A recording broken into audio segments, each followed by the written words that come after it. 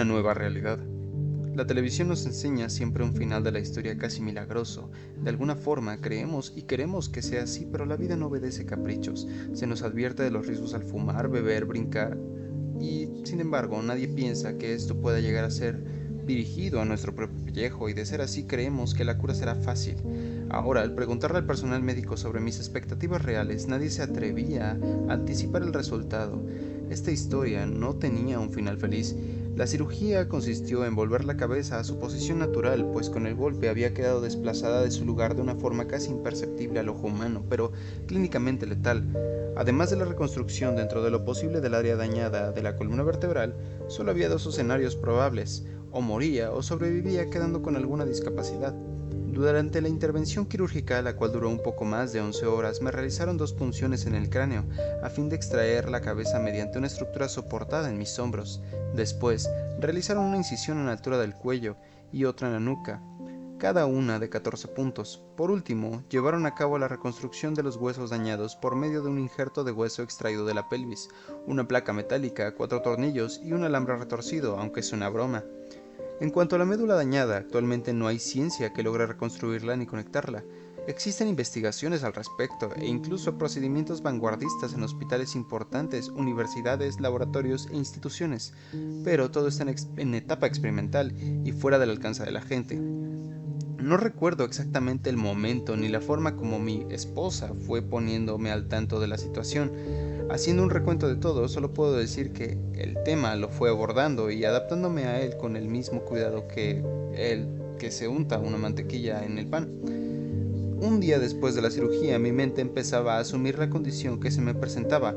Una enfermera se acercó a mí pidiéndome el brazo a fin de aplicarme un catéter, y sin dudarlo le dije que que lo tomara ella misma porque yo era cuadrapléjico.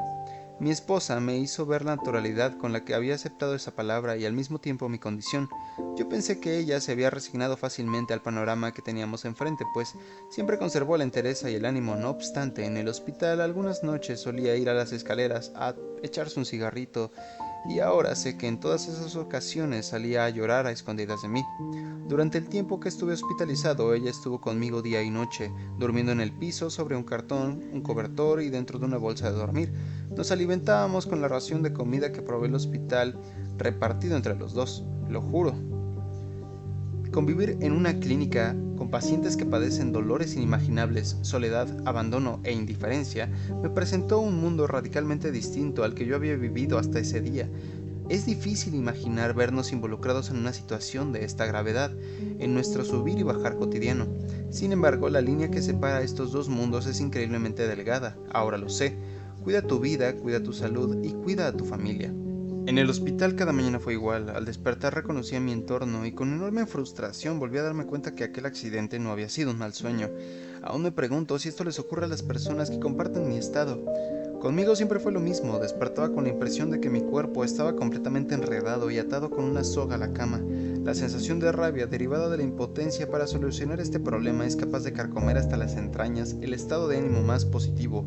No hay antídoto contra la frustración que te provoca el sentimiento negativo dirigido hacia tu propia estupidez.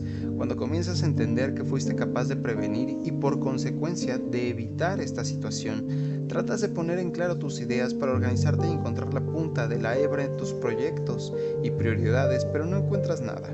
Es como si tu vida, tus pensamientos, tus sentimientos y todo lo hubieran metido en una licuadora junto con tus peores miedos, tus dudas y las incertidumbres que te provoca un mundo completamente desconocido.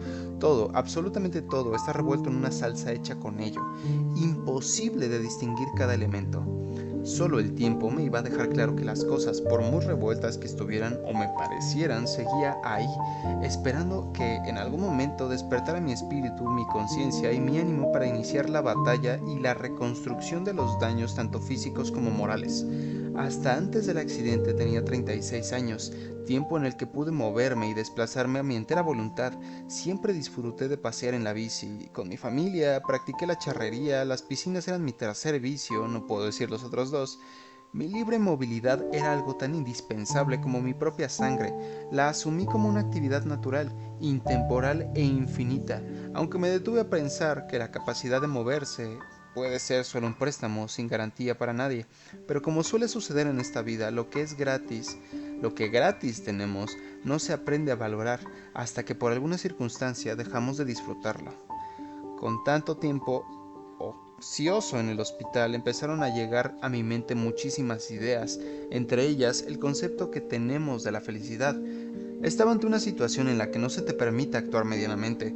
Tenía que adaptarme y evaluar mis prioridades. Era trabajo mío y de nadie más descubrir si estas prioridades estaban colocadas en el lugar correcto para enfrentar mi condición y para plantarme un futuro.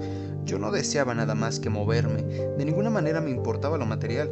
En ese momento habría dado todo si alguien se hubiera acercado a mí con la promesa de devolverme mi movilidad. Con nada del mundo podría volver a ser feliz careciendo de movimiento en mi cuerpo. Era un hecho. Al pensar seriamente en eso, asumí que no era un criterio válido.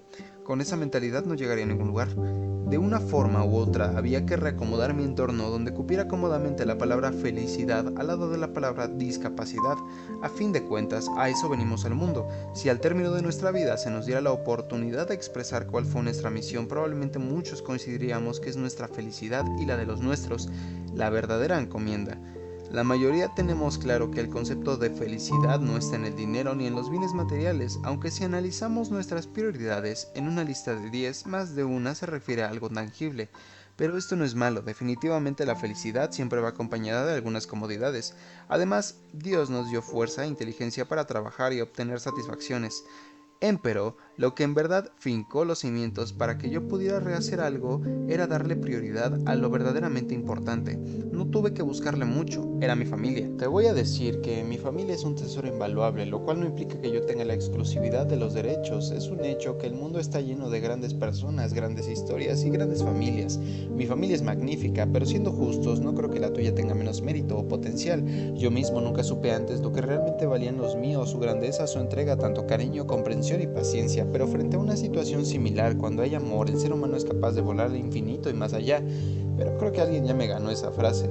Las enfermeras me dieron importantes lecciones de vida. Supe que hay casos como el mío y muchos más graves que son el pan de cada día en esta profesión, pero muchos de nosotros, incluyéndome, no tomamos conciencia del dolor y la frustración que existen dentro de las paredes de un hospital.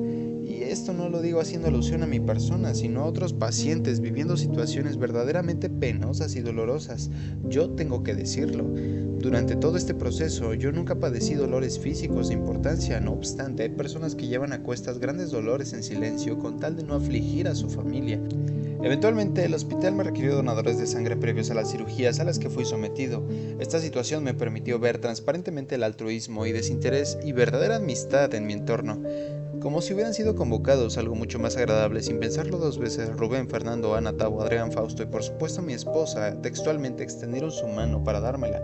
Con el fin de hacer menos penosa nuestra estancia en el hospital, mi esposa y yo optamos por buscarle el lado amable a todo lo que encontrábamos, cuidando únicamente de no faltar al respeto a otros pacientes.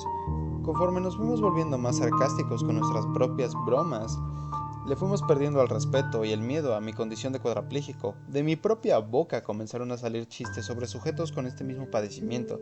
En más de una ocasión, los elevadores del hospital destinados debidamente señalados para el uso exclusivo de camillas y sillas de ruedas iban llenos de personas sanas, dejando fuera muchas veces a personas con mis limitaciones.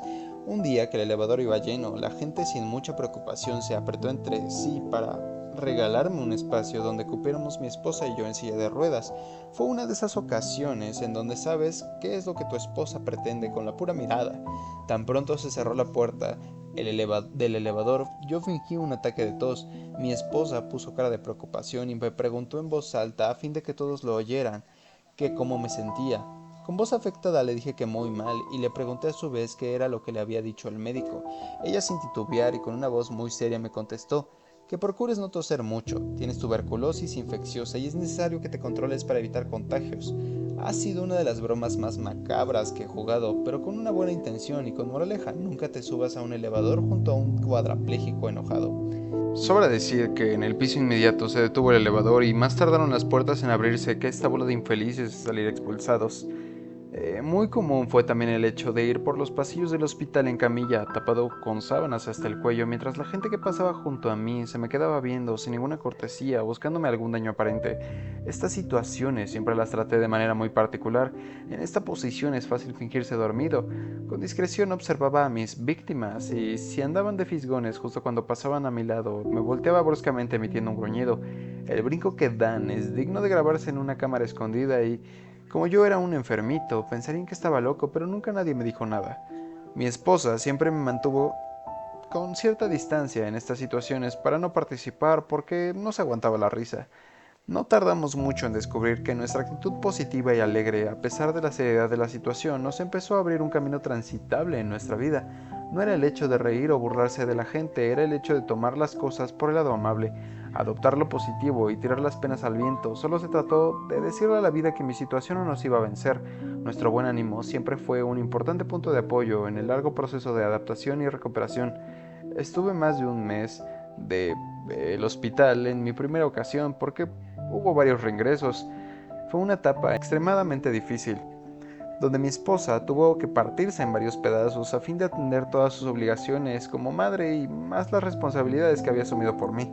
A la cuarta semana comenzó a preparar mi inminente salida del hospital. Requería una silla de ruedas para el traslado, a lo cual mi padre, junto con un amigo de él, Paco Medina, se dieron a la tarea de conseguírmela. Pronto regresaría a casa.